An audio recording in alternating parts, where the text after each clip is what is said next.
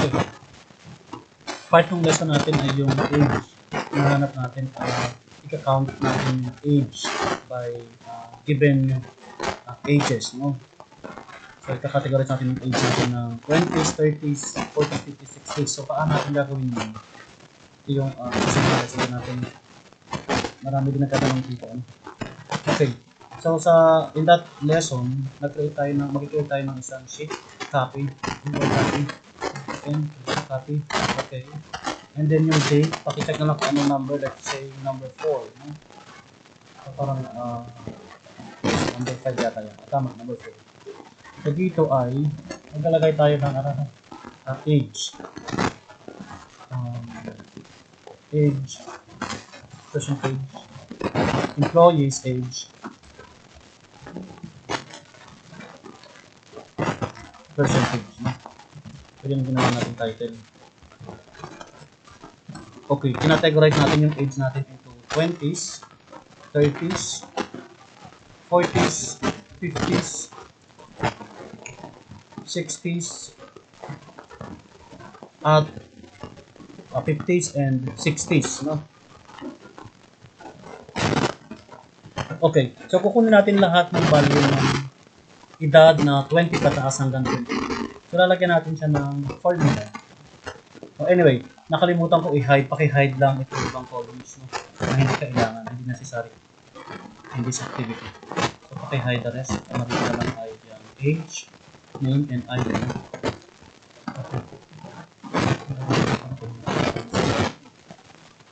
Okay, so dito, i-formulate natin, i-count natin yung 20s. Kukunin natin, that means yung 20 to 29, dapat mag-fall dito. So, napakadami niyan ng employee. So, paano natin isa-isahin yun? Hindi natin yung bibilangan isa-isahin. Lalagyan natin siya ng solution. So, ang solution yan, o formula, no? Ay, i-formulate natin into this formula. So, count if, open parenthesis, and then itong age, click sa column age, comma, and then itong symbol na to, no? Less than equal 29, tapos pakilagyan ng symbol na yan, close, minus count if, open parenthesis, again, ikikit natin sa ating age as range, no? And then comma, pakilagyan ulit ng symbol na yan, less than 20, close. So yan yung formula to get the employees ages 20 or 29 pababa hanggang 20. Enter natin.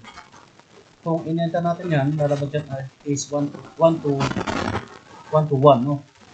So i-count yan isa-isa yan, marami yan, so libo yan, ano? 121 lahat ng may edad na 29 to 20 pababa. So, gagawin lang natin yan. Ito, idadrag lang natin. And sa 30s, i-double click natin. Kapatan lang natin ito. Okay. 30s to 30. 29 to 30. Itong 40 ay sa 49. Then 40. Ito ay 59 to 50. Ito lang number ba parta natin. 60 ay 69 to 60.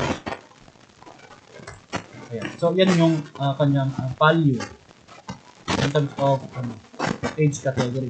Highlight nyo lang yan. Insert kayo na somewhere na ang ginamit ng mata natin ay pie chart.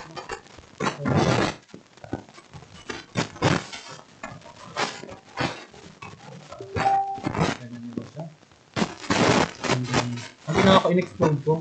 Lagyan nyo siya ng labels. Right click nyo sa dyan. Series, data series. And then, lagyan nyo lang siya ng somewhere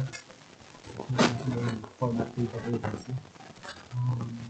Percentage. No? So, ilang percentage. Yung